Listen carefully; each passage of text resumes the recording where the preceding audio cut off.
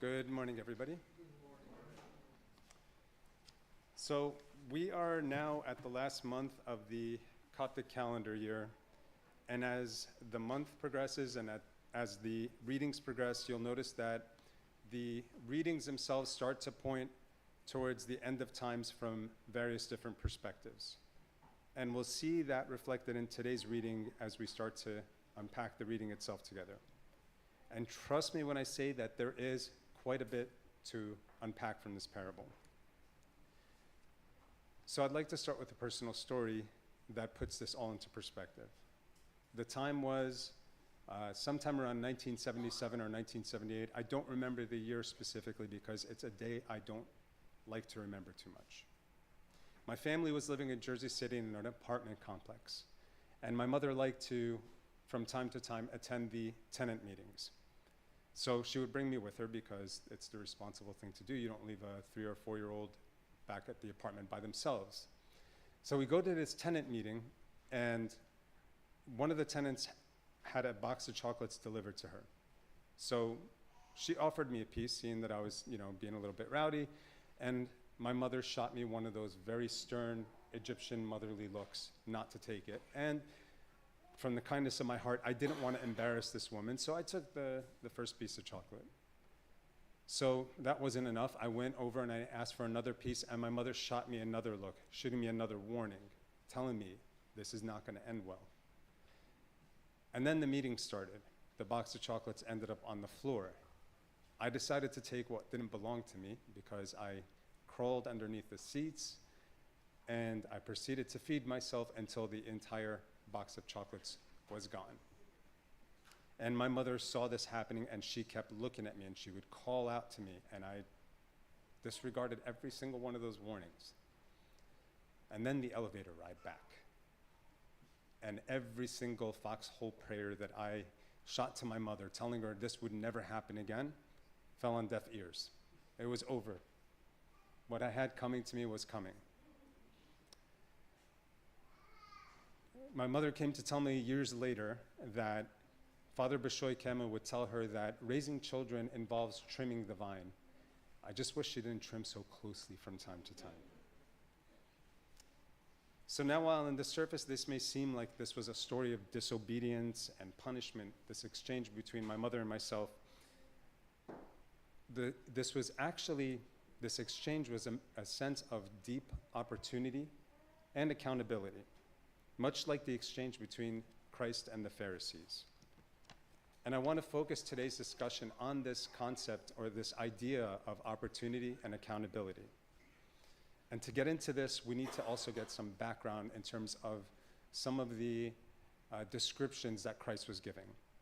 So we learned from the ancient fathers, as well as references from the Old Testament and different references in various Psalms, that the owner of the vineyard is God.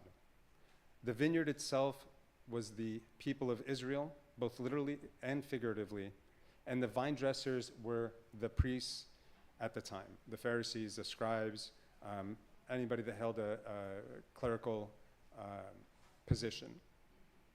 And they were responsible for and to the vineyard or to the people of Israel. And we learned that the cornerstone is Christ himself. And the parable starts by mentioning that the vineyard was leased to the vineyards. So it didn't belong to them. But they were stewards over the vineyards. They were trusted to handle responsibilities which included maintaining the vineyard, pruning the vine, tilling the soil, essentially laboring over the vineyard to encourage the growth of good grapes. And putting this into context, what Christ was doing here, what he was telling them here, he was saying that the Pharisees had a responsibility to lift God's chosen people towards God, to help them grow and to produce good grapes. Instead, the Pharisees themselves disregarded the responsibilities. They allowed themselves to be distracted by everything that was earthly, whether it was by money, by power, by greed. They neglected the responsibilities in every possible, fathomable way that could be neglected. They neglected God. They neglected the people of Israel. And importantly, they neglected themselves. Christ went on to state that the owner of the vineyard then sent his son. He figured, surely they will be able to respect the son, respect the heir. And before that, he sent his servants. And when he sent the servants, he didn't just send one, he sent 3 of them. And each time the Pharisees or the vine dressers ended up encountering the servants, not only did they turn them away, not only did they beat them, but importantly, they sent those servants away empty-handed. And I want to focus on this idea of them being empty-handed for a moment. Remember that we're dealing with vine dressers and not just random people. So of course there's the assumption that vine dressers know how to tend to a vineyard. In this context, these priests and these scribes, the Pharisees, they were well versed in natural law, meaning they knew that they had a responsibility to teach others and for themselves to be their brother's keeper. They had to have each other's backs, and instead, they turned their backs on the people. They were also well versed in the Mosaic law, meaning they were well versed in Moses' law or the commandments that God had delivered through Moses. And they used those laws, they were hyper obsessive about using those laws against Christ. So they knew those laws. And then they had prophets sent to them. They knew the teachings of the prophets. They knew the warnings that the prophets gave them. And yet, they ignored every single one of those warnings. They ignored every single one of those teachings. Instead, as Christ told them, they neglected, they abused, and they came up empty-handed. So again, the owner sent his son. And we read that the son was taken out of the vineyard and killed. And in this moment, Christ was also prophesying to them that he would be taken out of Jerusalem and killed. Explaining to them what was at stake here. And what came next was remarkably heavy.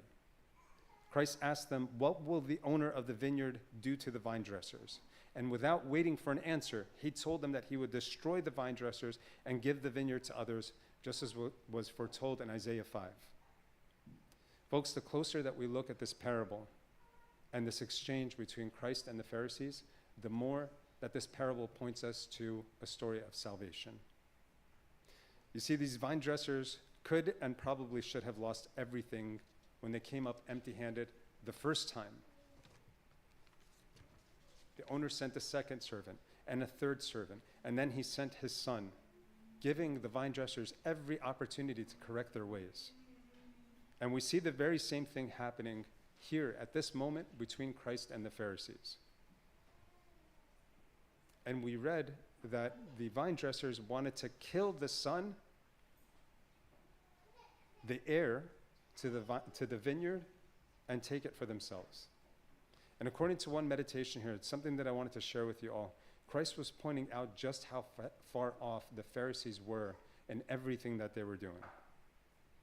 To them, the inheritance was the earthly vineyard.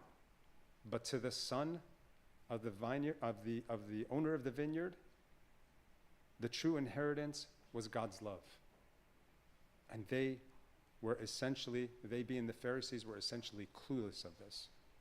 And even with that, we can agree that it's still not God's desire for any of us to perish, much less to neglect him, to ignore him, or to turn our backs on him. And here, it wasn't Christ's desire to do the same to the Pharisees. He wasn't trying to humiliate them, but he was trying to wake them up and give them an opportunity to correct their ways. The beginning of this chapter starts with the Pharisees asking Christ by whose authority he was teaching and preaching, but they knew. They had to have known. It's not like they would walk around Jerusalem on any given day watching blind being healed, watching the crippled standing up and walking, watching lepers being healed in front of them on any given Wednesday. That was not the case. And in fact, God was quiet with the Israelites for 400 years until all of this started happening.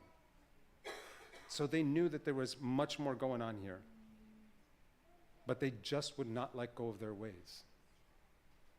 And they were taking the people down with them, which made it so much worse. And yet Christ in his love and compassion was explaining to them directly that they risked destruction. And he did so because he did not want them to fall as much as a parent doesn't want their children to fall. Christ went on to tell them that they were outright rejecting the chief cornerstone. And again, this gives us another wake-up call. According to the church fathers, when he explained that if someone were to fall on the stone and be broken, there was still an opportunity to heal. But if that stone falls on somebody and pulverizes them into powder, this was judgment. There was no turning back from this. This was eternal judgment. My brethren, we're reminded through this parable of God's desire and his love to be with us in every moment of our lives. We're also reminded that he gives us every opportunity to recognize that we are accountable to him, to our brethren, and to ourselves. The question then is, how do we seize these opportunities that God gives us? In today's Catholic epistle, St. Peter gives us some direction. He tells us to be of one mind, having compassion for one another, love as brothers, be tenderhearted, be courteous, and there are countless ways for us to do so. And yet, how often are we quick to judge and condemn one another, rather than exhibiting his tenderness, which lifts us up as people towards him?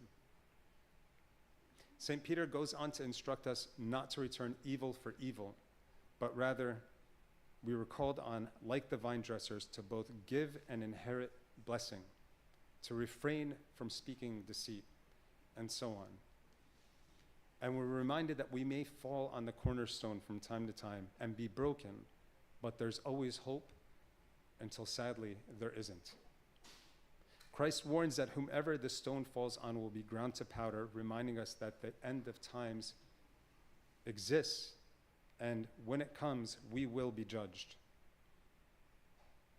And while the question would be whether or not we'd heed these warnings, I want to leave us with a few questions for us to consider. I want us to think about whether or not we will seize the opportunities that Christ gives us to turn our ways. Whether we are willing to be both the vine dressers and the vineyard in order to produce good fruit both in ourselves and in those around us. I want us to think about seizing opportunities to empathize with one another, the opportunity to encourage one another to take the proper steps in life, the opportunity to love one another as he loves us, because we will be held accountable. Glory be to God forever. Amen.